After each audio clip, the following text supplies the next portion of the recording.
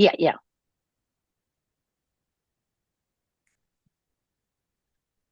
Hi, everybody. We are here and at Coach's Corner on Friday, November 17th, and we are excited to have you. We're also streaming live to YouTube. So if you're out there and you would like some tips, some strategies, some tools to really make the next 6 weeks as we go into the holidays and we go into kind of end of year, ways to take care of yourself, ways to empower yourself, and we're really excited. So Chris and I here at Coach's Corner are here every Friday, 10 a.m. Mountain, and we would love to have you. You can bring any issue that you have going on in your life. You can bring it to us here at Coach's Corner, and we will be your counsel. We will be your coach.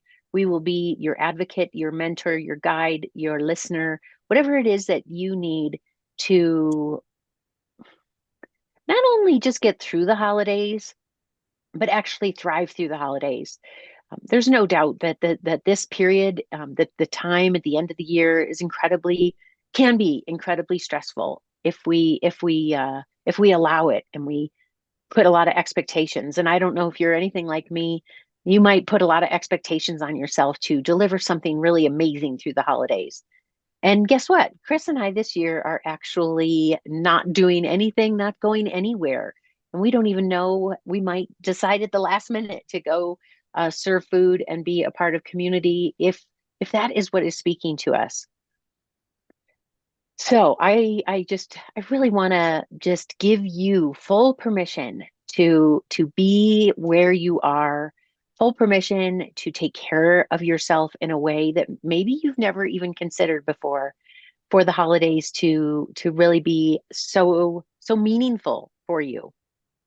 So with that, I'm going to ask Chris if there's if I know we were dealing with some computer, microphone, sound, all the stuff, all the things, all the particles that support us being able to do a live for you this morning.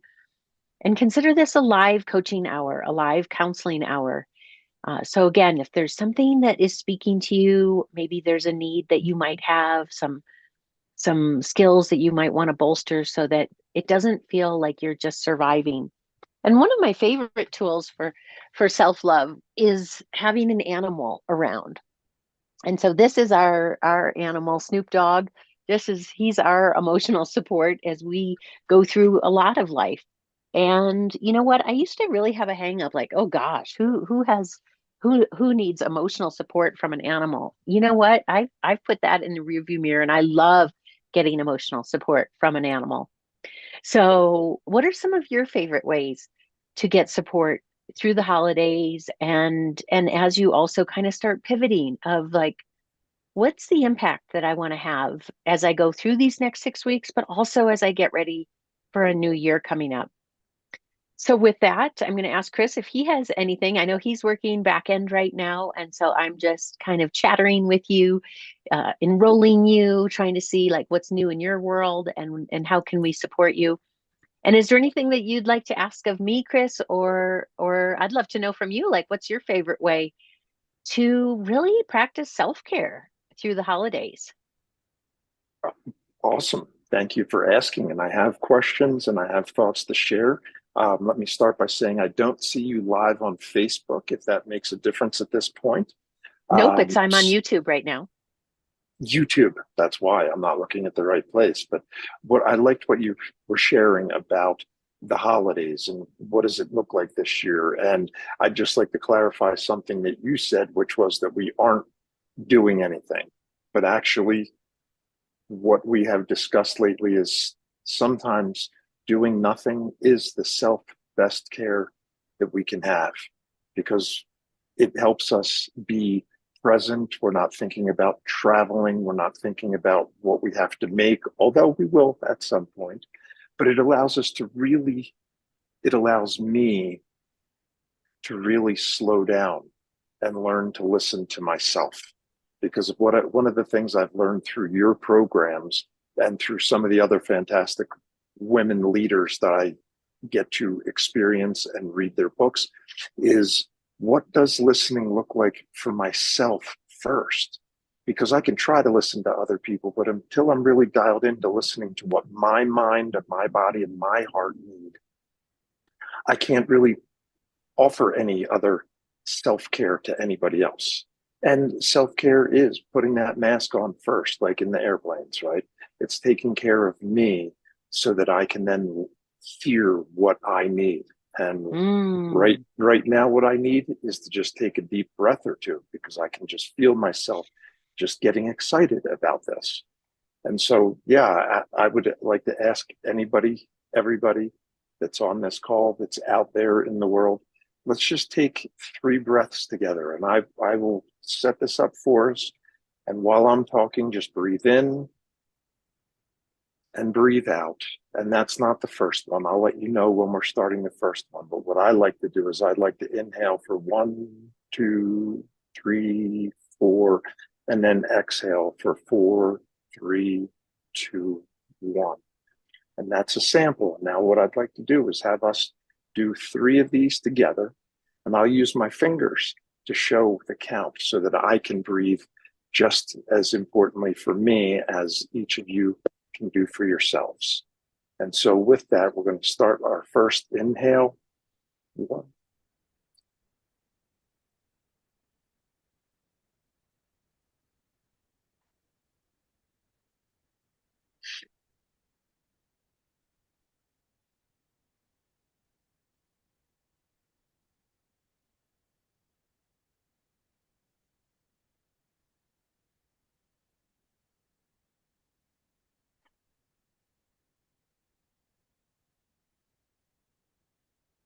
thank you. Thanks for being a part of that. Thank you, And now I Chris. can, yeah. And so that's where I feel much more in touch. And what I'd love to know is what what do you feel now, Kendall, coming out of that joining together of our community of breathing? I feel just, really grounded, and I notice how much resistance I have to breathing when I am in a hurry.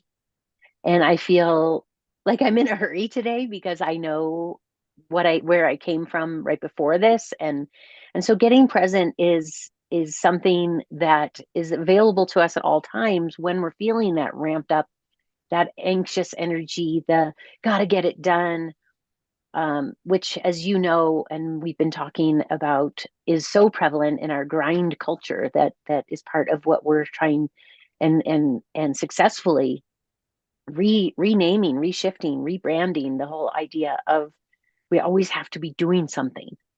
And so thank you for grounding us in our breath and getting me back into the present moment. You're welcome. And I'm guilty. I'm guilty of not having an understanding of my time frame this morning, not being um, dialed in with what I needed, and as a result, I was projecting um, an imbalanced or unbalanced energy on you, and that's not fair to me.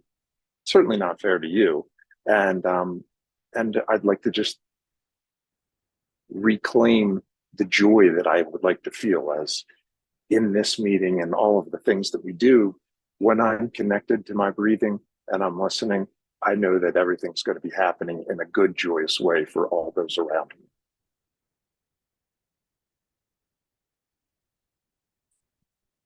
I can't hear you.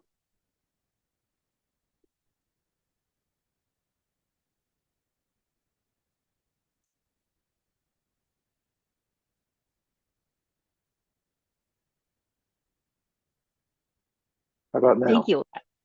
I can, yeah. I had to take the earphones out because it's so loud, to listen, and so I'm kind of playing with, taking those speakers out of my ears and trying it from the computer. But I'll do that from the start next time.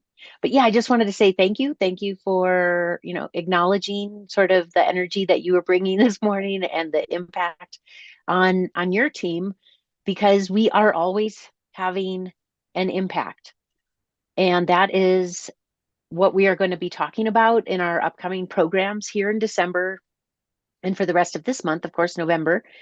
is the impact that we're having on others. And so, if you'd like to kind of awaken the impact that you'd like to have on others, we invite you to come to our Monday pop-up training. The next one is going to be November 20th, and that one's going to be on listening and the three levels of listening.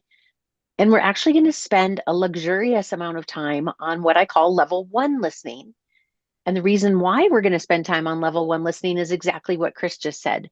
That it is extremely hard to be available for listening to others when we're really struggling ourselves and when we kind of haven't spent the time needed for our own self and for our own self-care to be able to offer that to others. And so on Monday, we're going to spend more of the time talking about the internal listening and how to support ourselves when we're getting those nudges, when we're getting those intuitions, when we're getting the instinct call of, I don't really feel like going out tonight, even though I've promised something. I really need some downtime. I might need some time to myself, whatever that might be. And so that's part of what we're going to explore in our upcoming pop-up training, Monday, November 20th. And then we're every Monday, we're going to be doing either a pop-up training or a master class every Monday at 10 a.m. Mountain Time. We're having great turnouts to those, and those are just, come on by. You don't have to register and get in a big, long email lengthy queue of where you come and then you get bombarded by emails. We want to be super thoughtful of the content that we're providing and that we're meeting you where you are so that you're getting what you need. Awesome. And thank you for sharing that. What speaks to me from that is, are you saying that it's okay that I just cancel plans at the last minute, or I don't make plans at all? I like how does that work with my commitment to others versus my commitment to myself? I mean, it's a great question. Yeah, I mean, we only want to cancel plans when it's like extreme self-care needed. And and let's face it, I mean, even if you're starting to not feel well, that's a reason to cancel plans. Because if you sometimes, at least if you're like me, if you push through that, sometimes you're setting yourself up for being sick. So that's an example. Yeah, I totally agree. Like when you commit to something, I totally get that you don't want to leave people hanging. And at the same time, something I learned actually in Al-Anon, a 12-step program many, many years ago, is that when we do take care of ourselves, even though people may not like it in the moment, that it truly is what is needed for us. And it's truly what's needed for them. So I try to not think about it downstream too much, that if I do cancel, now, I mean, we're talking about, there's a whole continuum here, right? It's like, hey, we talked about getting a coffee to, I'm keynoting at a gala tonight, I mean, there's quite a difference there, right? Like, you do need to sometimes push through, of course, with the promise that, hey, I'm going to take care of you tomorrow. And I'm going to, if I have to give a keynote tonight, that tomorrow I am going to really find the time that I need to kind of lather in the self-care. Excellent. And I appreciate that answer. And so how does that um, when we bring it to the relatable place of the next um, public session that we're going to have and the holidays. So, how does that relate to? Yes, I've committed that I'm coming to dinner, but an hour beforehand, I start to get anxious. Like, is it okay to just maintain the commitment the verbal commitment, and show up and show up and just be there for a short period of time, so that I'm consistent with me, but also to others. So, what does that look like in? Wow, I'm rambling. I'll take a breath. I think you know what I'm saying. I think I know what you're saying, but basically, one thing I do, and it, again, is like when I'm at a big event, if I'm feeling like it's time for me to go, and maybe there's still, an hour left of the event, I just allow myself the space to cut out early. That, hey, I've been here. I made, I showed up. I fulfilled my commitment, and now it's really time for me to go. And so, one thing, and I'm sure I could get a lot of pushback on this, is if it's an event, let's say, if it's a something where there isn't a host per se, I will actually just leave. I don't really like the whole I have to say goodbye to every single person.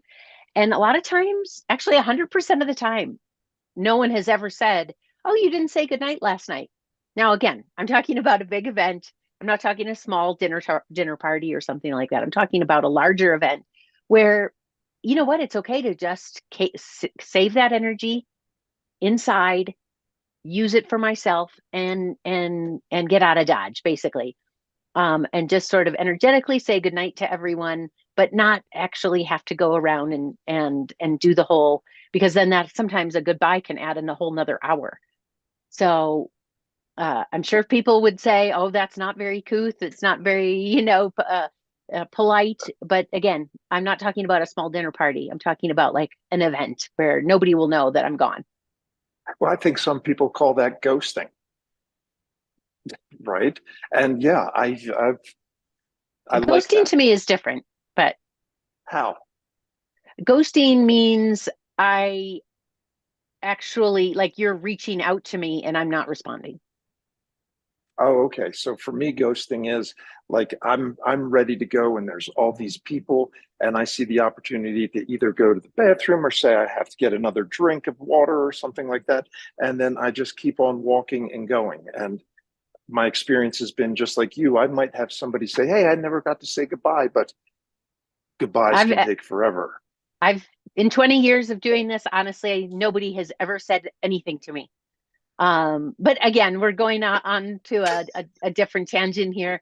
What you're talking about is somebody who's actually reaching out to you and wanting to talk to you, and you're leaving them. You're creating a false impression that you're coming back, which is not what I'm advocating whatsoever. I'm saying I've been at this event for 2 hours. I've said hello to everybody I needed to say hello to, and now it's time for me to go. That's what I'm saying. I'm not saying create a false impression and then don't deliver on that. That's not what I'm saying. Oh, definitely not. And I hope that that's not what I'm conveying. I'm just saying, like, if I'm ready to go, I don't, I feel complete just leaving. And if there's, that's all. Okay, well, you But I, added some different pieces there that um, would affect, I think, your reputation and how people view you. And I'm not advocating for that. So I'm not and saying make a false okay. promise. I'm not saying, lie to somebody and say, yeah, I'll be right back and then never come back. No, that would actually affect your credibility. And I'm not advocating for that. I'm saying you have been there, you've shown up, you've said hello to everybody, nobody's there waiting for you. And inside you're like, hey, I really want to go. That little inner voice that says, I'm ready to go. And that you just then go. So So in that our little last couple voice, minutes, yeah, yeah, that little go, voice that you like listening to. yes. It's just um I think it's an important, this is part of the listening that's so important, is the still small voice inside that is always communicating. I call that your inner being. And your inner being is always communicating with you. It sometimes comes across in a childlike voice for me. So it's also kind of like that inner child voice. But it's an inner being voice that is always advocating for my best experience, for my best self, for my best self-care. The relationship with the inner being is so important with our listening skills, because it is always guiding us to a better situation. It's whether or not we listen to it or not. Awesome. So will you do me a favor and remind our audience what it is they can expect to be a part of at that next meeting that we have on the 20th? Yeah, so in the next meeting, and I am going to record this next one. I don't always record my pop-up trainings, but I am going to record Monday because it is such an important one. And I know a lot of people may not be able to come because it is Thanksgiving week, but what we're really going to be talking about is how to have a better time at Thanksgiving, how to have a better time this holiday season by activating different levels of listening that not only guide our way, but really build bonds. And I'm going to even go for it even further and say it's going to actually be the skills you need to reduce anxiety this holiday season. Excellent. And I did hear you say that there were, I guess it would now be 3 minutes, but is that just for this segment, or is Coach's Corner going to continue through till 11? Today, Yes. no, Coach's Corner is only 30 minutes. It's 10 to 10:30 Mountain Time on Fridays. So 30 minutes. So definitely come if you have questions, if you have things on your mind. I know we all have lots to do. I need to actually sign off here soon and finish a proposal to one of my clients before we go practice some self-care of working out.